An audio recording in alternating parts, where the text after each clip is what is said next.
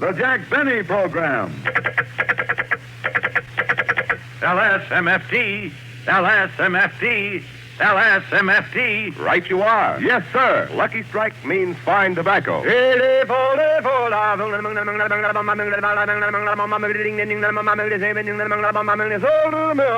Quality of product is essential to continuing success. And Lucky Strike means fine tobacco. So round, so firm, so fully packed, so free and easy on the draw. That says it. Lucky Strike means fine tobacco. Independent tobacco experts, auctioneers, buyers, and warehousemen present at the auctions know just who buys what tobacco. They can see the makers of Lucky Strike consistently select and buy the finer, the lighter, the naturally milder Lucky Strike tobacco. So for your own real deep-down smoking enjoyment, smoke that smoke of fine tobacco, Lucky Strike. So round, so firm, so fully packed, so free and easy on the draw. Sold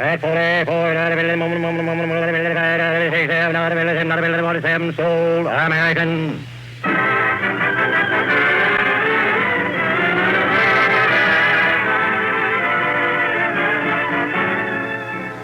Broadcasting for our liberated prisoners of war stationed at Santa Barbara, the Lucky Strike program starring Jack Benny, with Mary Livingston, Phil Harris, Rochester, Larry Stevens, and yours truly, Don Wilson.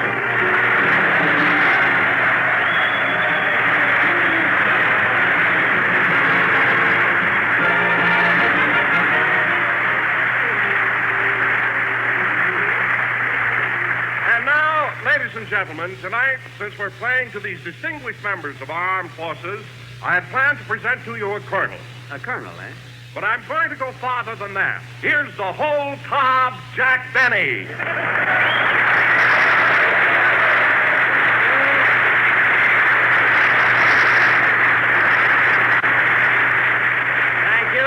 Thank you. Hello again. This is Jack Benny talking, and, what an introduction that was. Whole cob.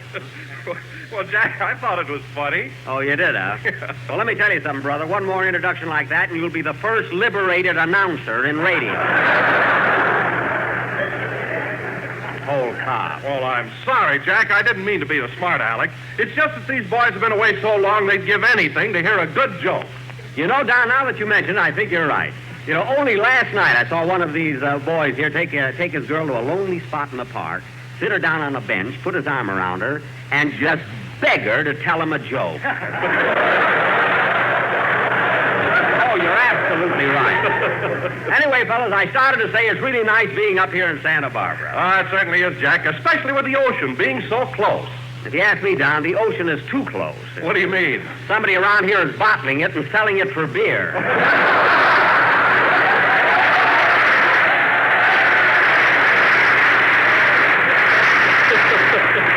You know, just because it has a little foam on it isn't fooling anybody.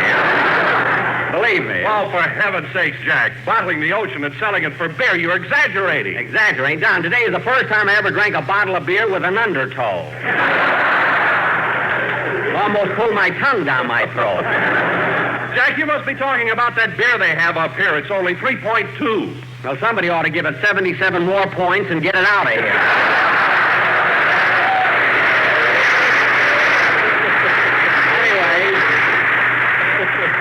Hello, Mary. Hello, Jack. Hiya, fellas.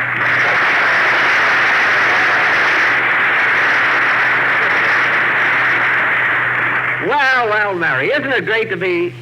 Say, Mary. Mary, come here. What is it, Jack? Your lipstick is smeared. What? Your lipstick is smeared. Well, what are you whispering about? I didn't want these boys to know it. Who do you think did it? Oh, Mary, wait a minute. You mean you kissed all these fellas here? I had to. I ran out of jokes. Well, Mary, this is one time I don't blame you. They're a nice bunch of guys. I think so. In fact, I'm going out with one of them tonight. He's taking me to the Flamingo Room. Oh.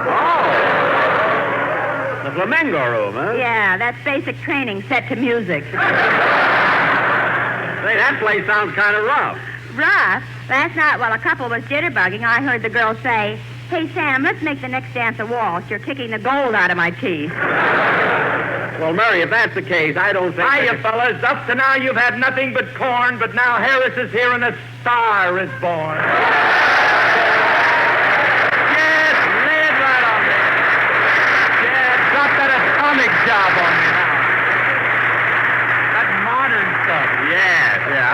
like that, a star is born.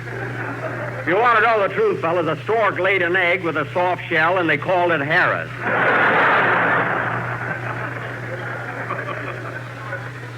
Phil, what's that hanging off your chin? Seaweed. I just had a bottle of beer. Oh, yeah, they get it right from the ocean. Oh, so that's it. What? Well, I bought a bottle of beer, pulled off the cap, and a mermaid popped out and kissed me. Phil, are you kidding? A mermaid is half girl and half fish. That's all right. I haven't got a date with her till Friday.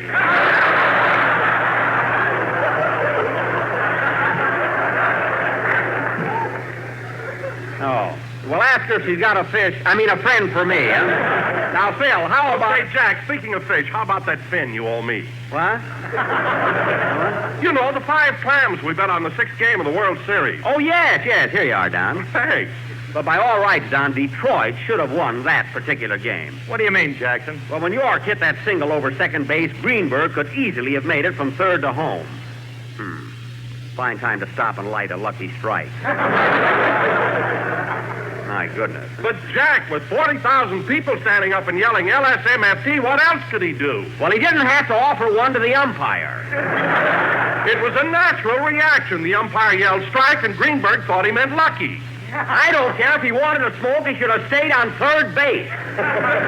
Anyway, the next time that I... Come in? Mr. Benny? Yes? I'm Sergeant Ryan, the editor of our local paper. Uh-huh. You know, a lot of the boys here saw you overseas, and I'd like to get a story about your last trip. Oh, you mean the one I made this past summer through Germany? Yes. Well. Sit down, Sergeant. You better lay down, brother. This is going to be a long one. Quiet, soft shell.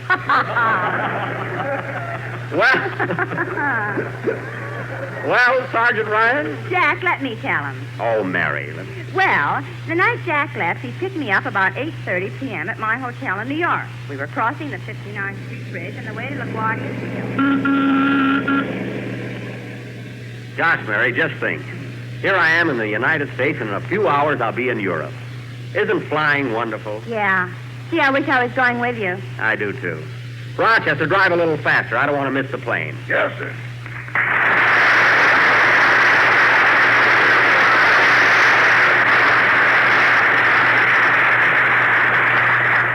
By the way, Rochester, where did you pack my violin? I put it in that suitcase with the tag on it. Tag? What tag? The one that says, in case of emergency, throw this first. Oh, yeah? Oh, well, look, Rochester, while I'm gone, I want you to do the washing, polish the furniture, wax the floor, scrub the kitchen, defrost the icebox, water the garden, and mow the lawn. And I want you to do those things every week. No loafing like when I was away last year. I found out what happened. And, oh, yes, don't forget to feed the parrots. That's stool pigeon.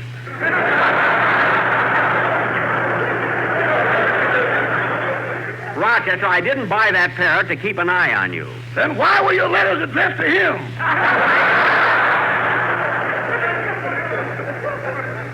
That's none of your business. I should have got suspicious when he answered one of them and he asked me how to spell lazy.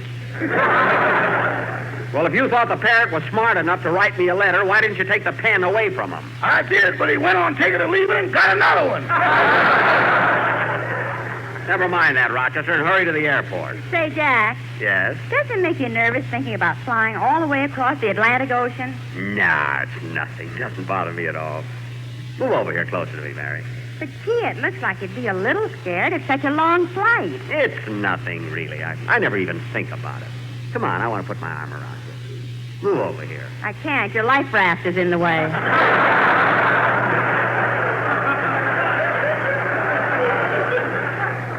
Oh, that. Here, I'll move it.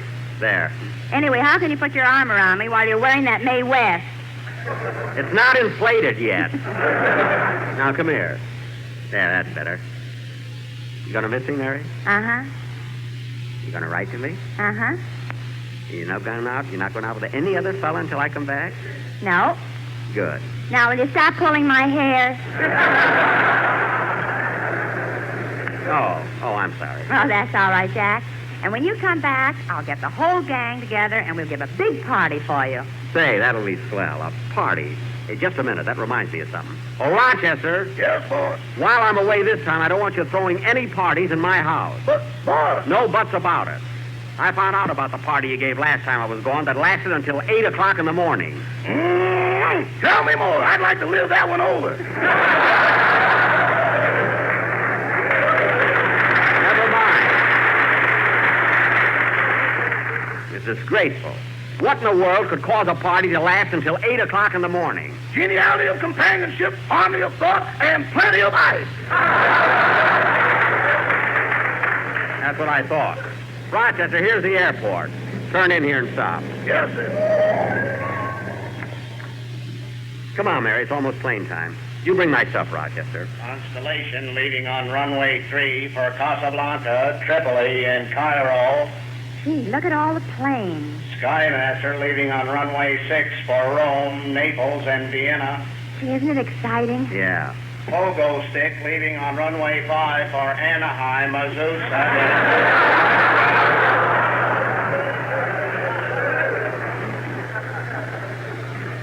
Gosh, I wonder... Hey, Jackson. Oh, Phil. I came down to see you off. Gee, that's swell. Flight 60 now loading at gate 2 for Paris, Munich, and Berlin. All aboard, please. That's me, Mary. That's my plane.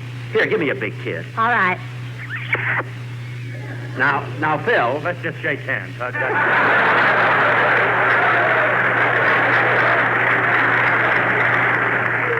I guess so. All aboard. Rochester, don't forget all the things I told you. Goodbye, everybody. Goodbye, boss. Goodbye, Jack. Happy landing. So long, Jackson. Well, it won't be long now. Can you see him, Miss Livingston? No, he's in that crowd of people right by the door of the plane. There, now I can see him. Gee, he must be a little nervous. Why? The hostess is carrying him up the steps.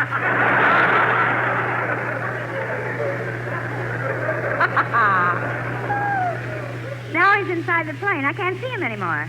I see him. Where? See those two men sitting by that first window? Uh-huh. Which one is Mr. Benny? The green ones.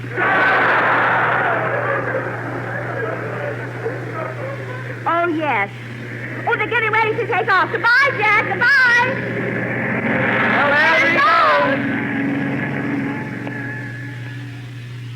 And that, Sergeant Ryan, was the last time we saw Jack until he came back. That's very interesting. Now, Mr. Benny, could you tell me a little bit more about the type of shows you did over there in Germany? Yes, Sergeant. I had a great gang with me. Ingrid Bergman, Larry Adler, Martha Tilton, and our accompanist, David Lee Winter. Now, as I was the master of ceremonies, so first I walked out on the stage and knocked him over with a couple of fast jokes. And then I said, "Hey, fellas, I bring you the world's greatest harmonica player, Larry Adler."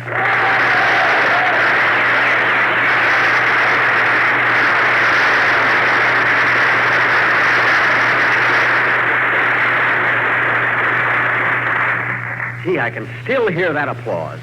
Then Larry would step out in the middle of the stage and play the number they all asked for, Begin to Begin.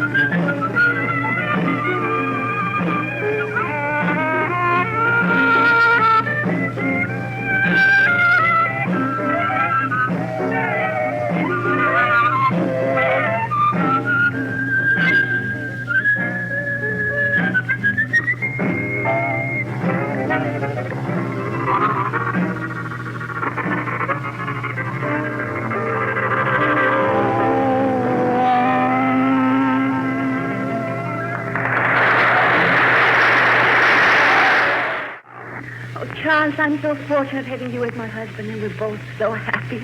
Come, my dear, let's sit over here. Charles, what are you staring at? That picture. That picture on the wall. Ingrid, why did you turn it around? No, you are mistaken. I did not turn the picture around. Then why has Whistler's mother got the rocking chair on her head?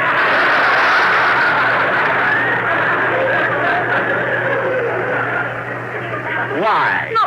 Oh, perhaps she's rearranging the room. Ingrid, I don't know what to do with you. Today you turned the picture. Yesterday you lost the brooch. You cannot be trusted with jewelry. No, but Charles... Give me that emerald ring you are wearing. No. Come, take it off your finger. No, Charles, not the emerald ring. It was the first gift you ever gave me back in those happy, carefree days in Naples.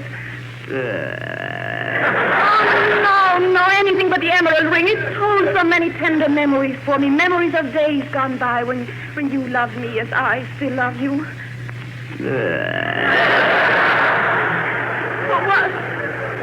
What did you say, darling?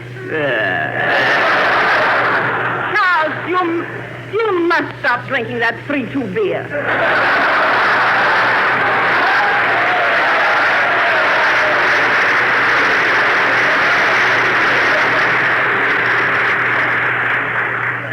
Do not change the subject. Think, Ingrid. Think. Why did you turn the picture? Charles, believe me, I did not turn the picture. Someone else must have done it. Aha, so now you are accusing the maid. Picking on a poor defenseless girl who was rejected by the Desert Battalion.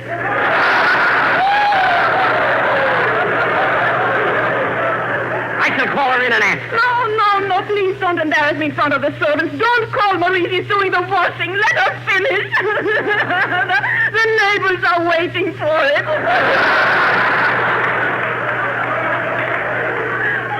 Let them wait. I will ring for her. Marie, come in here. Rinse our white, rinse our white. Off face on.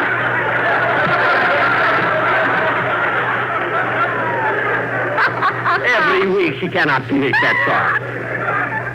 Kitty, here I am, sir. Marie, did you touch that picture on the wall? Oh, no, sir. I never touched anything in here. There you are, Ingrid. You have been lying to me. Charles. Enough. You may go, Marie. Okay, Chucky, thanks. I got a date with Harry. You mean Harry? No, Harry, he has a hole in his head. That hole in his head. Well, I got to figure out him. That's my life.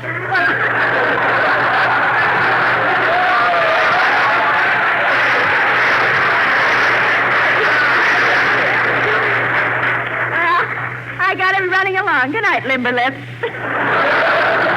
Good night, cutie. Cutie, how can you talk to her like that? I force myself. See? Oh, my darling, what has happened to our love? When I married you and you brought me to this house, you promised to put me on a pedestal. I did put you on a pedestal. Yes, but when I finished painting the ceiling, you pulled it out from under me. nagging, always nagging. Ingrid, I do not know what to do with you. I am going now. Goodbye. No, please don't go. Don't go. God. Every night he goes out at the same time. What are these mysterious twists? Soon the lights will go low, and with it my spirits will sink. Oh, perhaps Charles is right. Maybe I am losing my mind. For this, they gave me the Academy Award.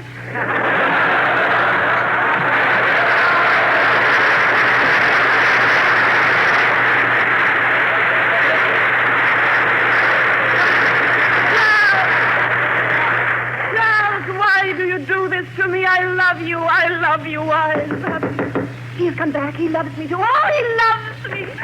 Charles! Charles, don't ever leave me again. Let me hold you close. Charles, wait a minute. Who are you? If I told you I'm anybody else but Charles, I'd be nuts.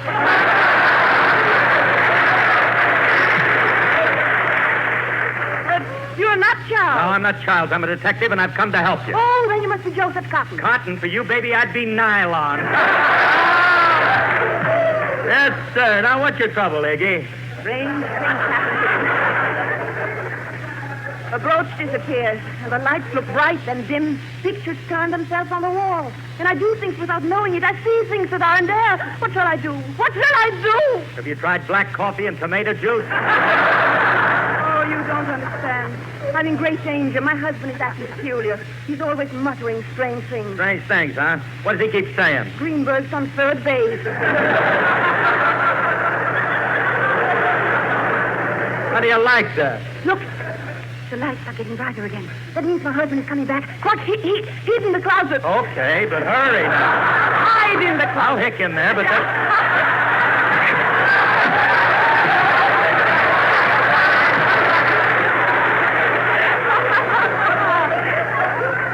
let's hurry and get rid of him, huh?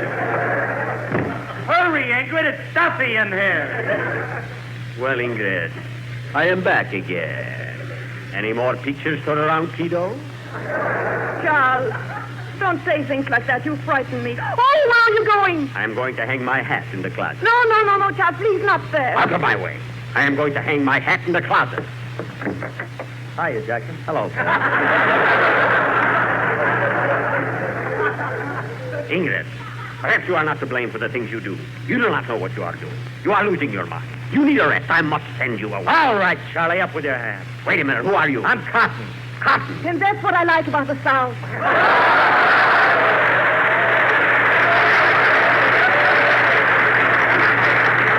Well, poke that bail out of you. No, you don't. You've been trying to make your wife believe she was insane so you could get her out of the house and look for those hidden jewels. No, that was it. Yes, honey, he was trying to drive you crazy, and I'm going to tie him to this chair and go for the police. Let me alone. Let me alone. Still, no, you don't. Hold still. There. He can't bother you now, Ingrid. He's tied to the chair. Now, you guard him until I get back. There you are, Charles. Tied to a chair like a criminal that you are. For years you have tormented me, embarrassed me, degraded my life, ruined my health, tried to drive me mad. Didn't you, Charles? Didn't you? Why don't you answer me? Because I'm tied up. I can't turn the page.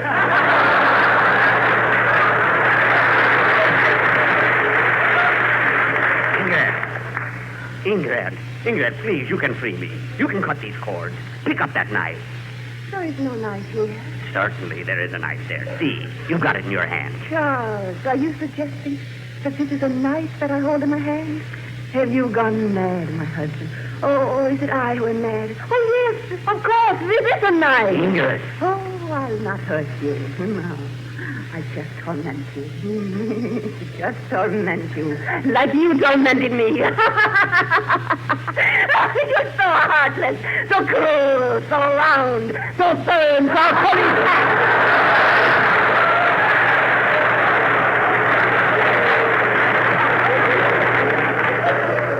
What? Oh, I do not know what I'm saying. You're right, Charles. I'm mad.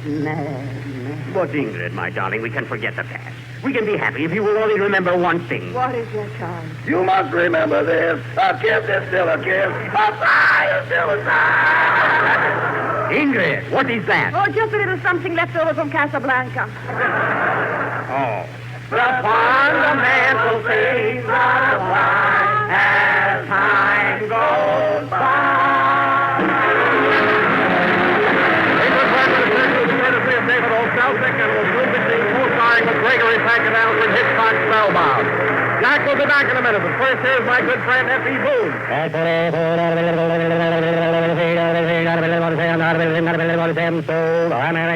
Lucky Strike means fine tobacco. Listen to what Mr. Charles Jackson Gunter, independent tobacco buyer of Madison, North Carolina, said. The reason I smoke Lucky's is because of that good, sweet tobacco I've seen them buy at the auctions. Good, sweet, ripe tobacco such as Lucky Strike buys tastes better and smokes milder. I've been smoking Lucky's for 25 years. Quote, good, sweet, ripe tobacco such as Lucky Strike buys tastes better and smokes milder. Unquote. Yes, Lucky Strike means fine tobacco. So smoke that smoke of fine tobacco, Lucky Strike. The famous tobacco auctioneers heard on tonight's program are Mr. L.A. Speed Riggs of Goldsboro, North Carolina, and Mr. F.E. Boone of Lexington, Kentucky. Basil Rysdale speaking for Lucky Strike. LSMFT, LSMFT, LSMFT. Make no mistake, in a cigarette, it's the tobacco that counts. And Lucky Strike means fine tobacco. So smoke that smoke of fine tobacco, Lucky Strike.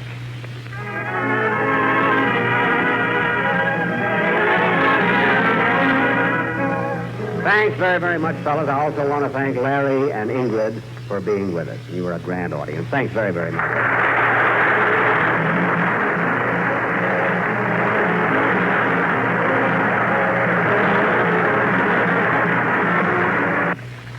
This is the National Broadcasting Company.